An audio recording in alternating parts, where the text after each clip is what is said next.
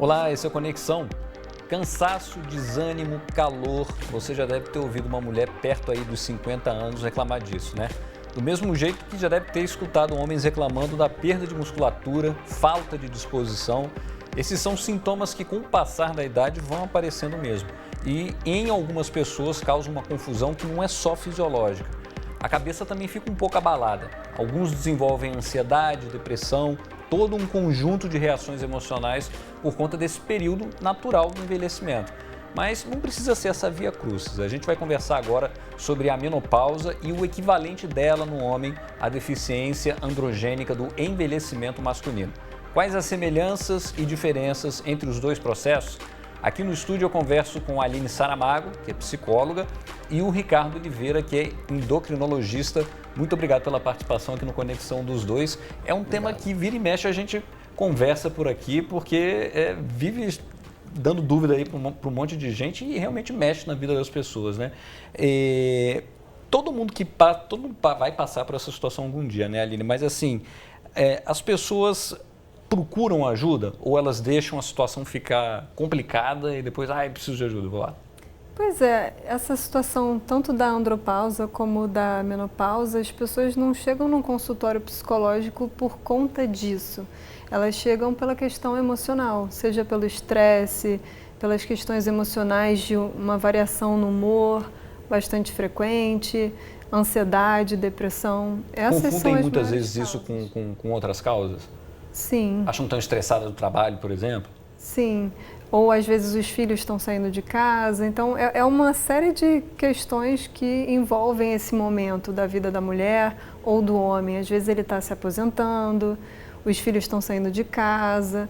Então existem várias questões envolvendo esse momento do envelhecimento, não apenas a questão hormonal, não apenas outras possibilidades que podem estar acontecendo com o corpo, mas da situação de vida mesmo. E muita gente ainda é pega de surpresa com essa questão hormonal? Assim, desconhece completamente que isso... Sim, como ela falou, também no consultório médico, muitas vezes o paciente, na maioria das vezes, ele vem com a queixa de cansaço, fadiga, diminuição de libido ou perda de massa muscular. Então, cabe ao médico, durante a anamnese, exame clínico, fazer uma investigação e suspeitar. E lembrando que se o médico não suspeitar, ele não vai chegar ao diagnóstico. Então é importante ter um nível de suspeição clínica alto para ele pensar nessa possibilidade. Lembrando que a mulher tem um marcador muito claro, né? A mulher que tem útero, por exemplo, quando a menstruação começa a faltar, isso fica muito claro para qualquer mulher que a menopausa chegou ou está chegando. Mas existem outros fatores que podem fazer também a menstruação Sim, não vir, existem outros. Eu digo o seguinte, a mulher que tem a sua menstruação regular, isso fica muito claro para ela que, chegou, parou de vir. No homem não tem esse marcador. E como você falou, diferente da menopausa, que existe uma pausa abrupta, no homem não existe uma pausa. É um declínio gradual, daí o termo mais adequado, como você citou, disfunção androgênica do envelhecimento masculino. Anteriormente a gente chamava muito de andropausa, que é um termo que pegou, mas que tem essa crítica, porque não tem uma pausa abrupta como acontece nas mulheres. Então, isso muitas vezes no homem é um pouco mais difícil de identificação por ser uma coisa mais lenta, gradual. Agora, Aline, quando as mulheres recebem o diagnóstico, não, olha, realmente você chegou na menopausa, esse é o momento, tal, como é que elas costumam reagir do ponto de vista emocional? Isso deve mexer bastante, né? Depende. Tem pessoas que levam numa boa, é um momento da vida, tá tudo bem. Tem gente que não sente muito esses sintomas, né? O fogacho, que é aquele calor intenso, essa labilidade emocional. Tem pessoas que não percebem muito isso. Só para a gente entender, você usou um termo que eu até achei verdade. Curioso. Labilidade emocional são as alterações de humor, que às vezes a pessoa está muito alegre e do nada fica irritada ou fica triste. Então tem muitas mudanças de humor e isso se chama labilidade emocional. Então tem pessoas que não sentem esses sintomas, então passam por esse momento mais tranquilo. Ou que quando sentem é mais tranquilo, é mais brando, a pessoa consegue lidar de uma forma tranquila. Mas tem pessoas, principalmente quando tem algum quadro de ansiedade ou depressão, enfim, que elas têm um pensamento já mais negativo. Ah, eu vou morrer, eu estou ficando velha, eu não estou mais atraente, agora o que vai acontecer com a minha vida, eu não sei o que fazer. Então, quando a pessoa tem esse tipo de pensamento, é mais comum que ela se sinta mais triste ou mais ansiosa, mais estressada, enfim, que ela passe a ver as situações de uma forma mais negativa por conta desse marco, e aí isso é mais comum de acontecer do que ela vir, olha, eu estou aqui porque eu estou passando pelo climatério, eu tive a minha menopausa no passado, porque ela precisa ter a menopausa, você só sabe realmente 1 ano depois, né, que a menstruação não veio. Então, quando ela percebe isso, aí normalmente é mais uma demanda médica realmente de ir no ginecologista, num endócrino, do que propriamente na psicologia. Na psicologia vem demandas como realmente uma questão emocional, uma tristeza, um estresse, uma ansiedade, enfim, que envolvem outras questões da vida dessa mulher, por Elas exemplo. costumam reclamar muito assim da falta de compreensão em volta, no sentido de que as pessoas não conseguem compreender, entender até o momento que ela está passando? Ah, sim. Por exemplo, os filhos e às vezes o marido que não ajudam, por exemplo, em casa, e às vezes se ela sentir esses sintomas, né, de alterações de humor, isso pode ficar mais presente ainda. Às vezes ela se aposentou, então ela tem mais tempo para cuidar, mas mesmo assim ela às vezes pode sentir que estão ali abusando um pouco da boa vontade dela, então é possível que isso apareça dessa forma, né? E então ela se vê incompreendida, mas não necessariamente por conta da menopausa, por outras questões que envolvem essa convivência, que pode vir nessa fase da vida ou numa outra fase anterior. Antes da gente falar propriamente da abordagem para esse momento da menopausa, a gente vai ouvir o relato de uma mulher sobre os primeiros sintomas do climatério. Ela conta que começou a fazer reposição, mas teve alguns efeitos colaterais. Vamos ver. Aí eu tentei entrar com a reposição. Só que começou a me dar alguns problemas, tipo pinicação na perna, eu tive arritmia cardíaca, por incrível que pareça eu tive arritmia cardíaca.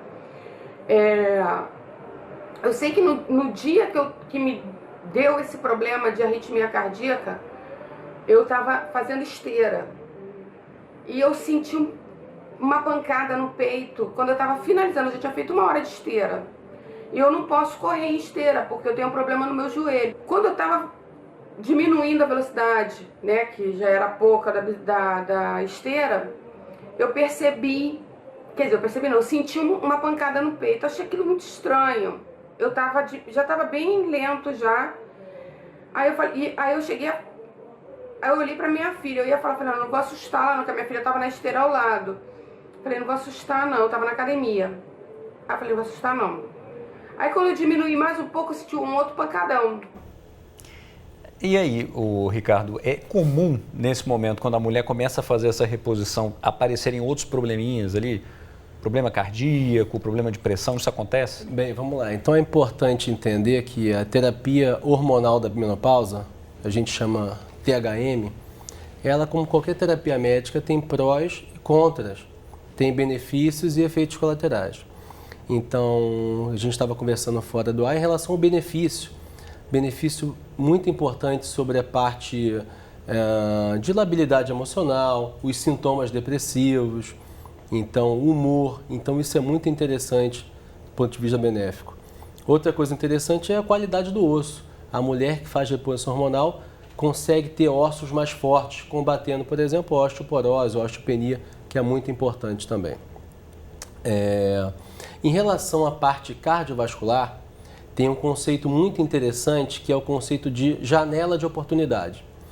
A terapia hormonal da menopausa, quando iniciada no período adequado, que são os primeiros anos que cercam a menopausa, ela pode inclusive promover proteção cardiovascular. Ao passo que depois de algum tempo, depois de 5, 10 anos da menopausa, isso muda. Você pode aumentar o risco cardiovascular. Então, em relação ao risco cardiovascular, a terapia hormonal da menopausa pode proteger se iniciada no período de janela de oportunidade ou aumentar se iniciado fora desse período. Então, como qualquer terapia, inicialmente o médico deve testar se existem as indicações. Quais são as indicações para a terapia hormonal da menopausa? São os sintomas, como a Aline citou, os fogachos, labilidade emocional, irritabilidade. Fogacho é o calor. Fogachos são aqueles calores que vêm em formas de ondas de calor, em geral duram 30, 40 segundos, acometem mais a região do colo e do rosto, são piores no período da noite e podem incomodar muito a mulher e também o parceiro, prejudicando o sono, qualidade de vida, liga ar-condicionado, desliga ar-condicionado, porque tem uma oscilação muito grande da sensação térmica, tá? Então é muito importante o médico ver se tem as indicações. Então, havendo as indicações, qual é o próximo passo? Será que tem contraindicação? Então é importante destacar que a mulher não pode ter as contraindicações, como por exemplo câncer de mama prévio. Então, primeira peneira que eu chamo com meus pacientes, ver se tem indicação. Tem cheio de sintoma que pode ser melhorado pela reposição. Ok. Segunda peneira, checar se essa mulher não tem as contraindicações. Passadas essas duas peneiras, o médico está autorizado a oferecer esse tratamento ao paciente. Mas como eu sempre digo para meus pacientes, isso é uma decisão conjunta, combinada, porque é um tratamento que envolve riscos e benefícios, então cada vez mais o médico e paciente têm tomado essas decisões em conjunto. Mas quando a gente fala, desculpa te interromper, quando a gente fala dessa janela aí de oportunidade para o início do tratamento, a gente está falando então os 5 primeiros anos da menopausa, seria isso? Isso, quanto mais cedo, melhor.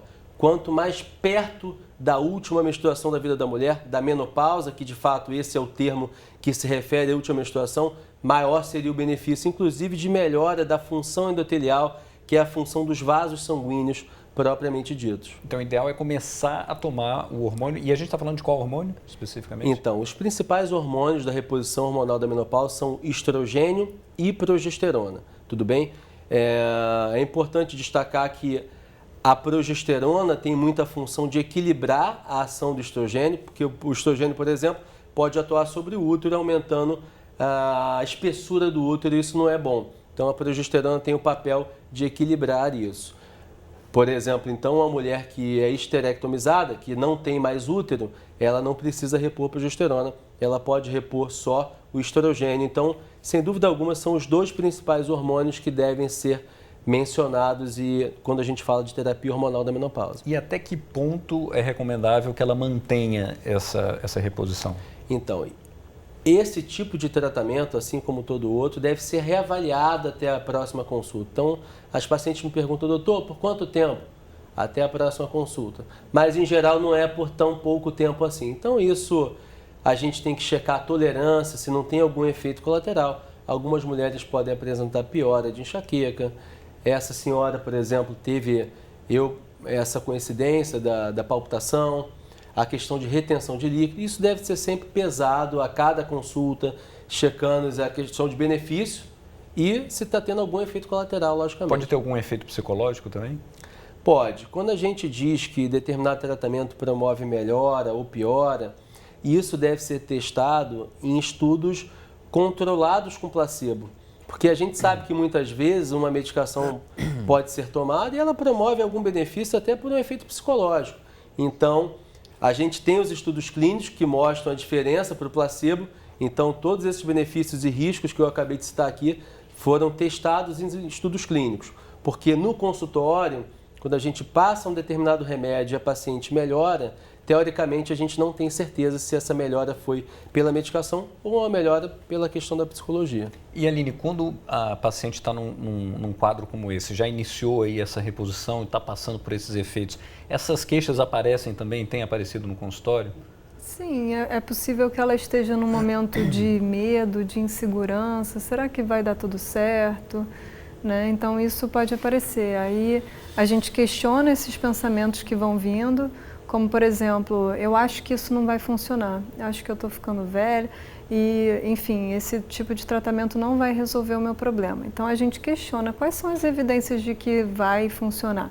Eu encontrei um bom médico, foi uma boa indicação, enfim, uma série de evidências. Quais são as evidências contrárias? é que eu estou com esse medo, é que acontece que eu estudei e vi que há esses efeitos controversos e tal. Enfim, mas uma outra evidência contrária é que na minha família realmente não há evidências de que algo possa acontecer. Então a gente chega a um outro pensamento, um pensamento mais que a gente chama de alternativo ou compensatório, um pensamento que ajude mais ela a lidar, por exemplo, com esse pensamento inicial que ela mencionou, de que acha que não vai dar certo, que vai só piorar. Então ela chega a pensar algo como, bom, agora eu estou iniciando um tratamento, vamos ver o que vai acontecer, o médico falou até a próxima consulta, então não preciso me preocupar, realmente estou sendo bem tratada. Enfim, a partir desses pensamentos, por exemplo, ela se sente melhor, se sente menos angustiada, menos ansiosa. Então, esse questionamento de pensamentos a gente faz em consultório, a gente ensina o cliente a questionar aquilo que ele vem de pensamentos, então ele consegue lidar tanto com essa situação como com o dia a dia dele, né? Seja numa relação com o marido, com os filhos, enfim, que pode estar levando a um estresse, uma ansiedade ou casos de depressão. Agora, o oposto também acontece, a gente está falando de pessoas que ficam aí com um certo temor, receio de que não funciona, mas também tem aqueles casos que depois de iniciar o tratamento, a mulher não quer deixar mais de usar o hormônio, isso acontece? Acontece, isso é uma questão muito comum na prática clínica. E, como eu falei, cabe ao médico discutir as evidências científicas com o paciente. Eu, por exemplo, como a gente conversava fora do ar, eu não me sinto confortável com uma mulher já após 10, 15, 20 anos após a menopausa fazendo reposição hormonal por conta desse incremento do risco cardiovascular. Mas muitas vezes é uma questão, uma demanda do paciente, mas ela se sente tão bem, então isso deve ser sempre colocado risco e benefício, mas isso é uma questão relativamente comum dentro da prática clínica, o paciente não querer suspender um determinado tratamento. Nesse caso a gente está falando de hormônio, mas isso existe em outros cenários da medicina também. Bom, a gente vai mudar um pouco o foco agora, a gente vai falar em relação ao homem. No caso do homem, esse fenômeno tem a ver com a queda da testosterona. Vamos entender um pouco mais. A testosterona é um hormônio que tem efeito no corpo inteiro de um homem. Ele ajuda a produzir proteínas e é essencial para o comportamento sexual. Os homens chegam à andropausa pelo envelhecimento natural das glândulas que produzem a testosterona, mas isso pode ocorrer em idades diferentes. Uma consulta com um especialista será importante para identificar os casos que irão se beneficiar com a reposição hormonal. Bom, no caso dos homens, tem sido mais comum eles procurarem o consultório para querer saber aí como resolver essa questão? Ou ainda existe um grande tabu em torno disso? Não, felizmente sim. A gente está vivendo uma nova realidade, em que o acesso à informação, inclusive a informação médica de boa qualidade, ele é muito fácil, através da internet, das mídias sociais. Então, felizmente, o homem tem um conhecimento maior hoje do que há 20 anos atrás. Entretanto, a gente tem também o outro lado da moeda. São aquelas pessoas que não têm indicação, não têm deficiência do hormônio, nesse caso a testosterona, e vir com essa demanda ao médico. Então, é fundamental que nesse momento da consulta, o médico esteja preparado para colocar para os pacientes as questões muito importantes. Quais são as indicações de tratamento, quais são as contraindicações, quais são os níveis normais de testosterona, para que não haja um overtreatment, que não haja um tratamento demasiado, porque a gente está falando... Existe uma forma alternativa de se fazer isso, em vez de você ter que necessariamente fazer essa reposição com testosterona? Então, existem alimentos, enfim, outras terapias? Isso foi publicado recentemente num jornal da Sociedade Norte-Americana de Endocrinologia, que em relação ao manejo holístico da deficiência de testosterona. Então, existem outras coisas que não a reposição que podem ser feitas. Você quer um exemplo? Perda de peso. Um indivíduo obeso que perde 5, 10% do peso, ele pode ter um aumento de mais de 100 nanogramas por decilitro da testosterona. O abandono do tabagismo, a prática de atividade física, sobretudo exercício resistido, a musculação e também o exercício de alta intensidade, isso promove e melhora aumento dos níveis de testosterona. Então, você tocou num ponto interessante, porque muitas vezes o indivíduo vem com uma série de questões a serem resolvidas antes de uma reposição, por exemplo. É a perda de peso, é parar de fumar, é melhora da alimentação.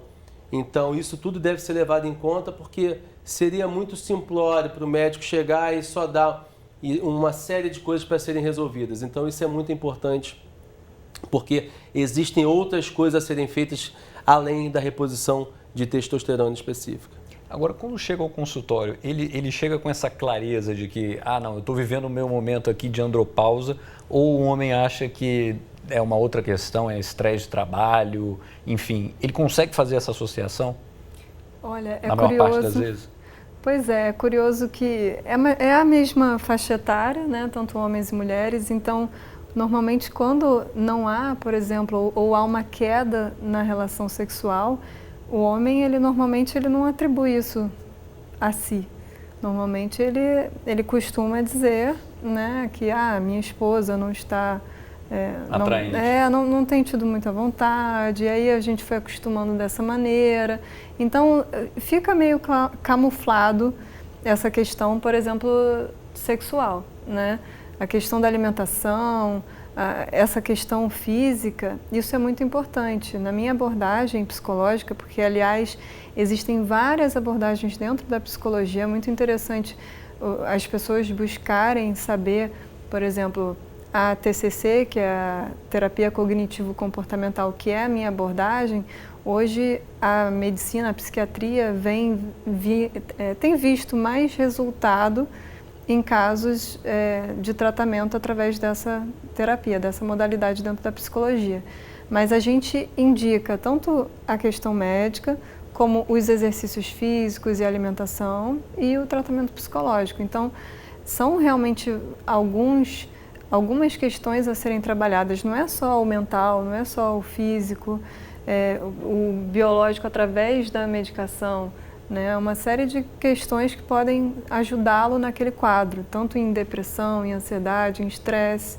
Para todas essas questões, até uma baixa autoestima, enfim, tudo isso através da alimentação, dos exercícios físicos, também podem mudar esse quadro, então a gente indica também. Pois era uma coisa que eu queria falar rapidamente com vocês, a gente está chegando no final do programa, para essa fase da vida que a gente sabe que todo mundo passa, todo mundo vai passar, de maneira resumida, o que vocês recomendam para que seja um momento mais tranquilo e menos penoso? Olha, eu acho que para essa e para todas as épocas da vida é muito importante a pessoa tomar as rédeas da própria saúde, buscar se beneficiar, assim, se cuidar, se amar, ir fazer exercícios físicos, alimentar o corpo e a mente com bons alimentos, com bons pensamentos, bons sentimentos e comportamentos. Acho que isso é fundamental. Ricardo? Da minha parte, eu acho que o paciente deve sempre procurar discutir essas questões com o seu médico, seja ginecologista, seja o endocrinologista.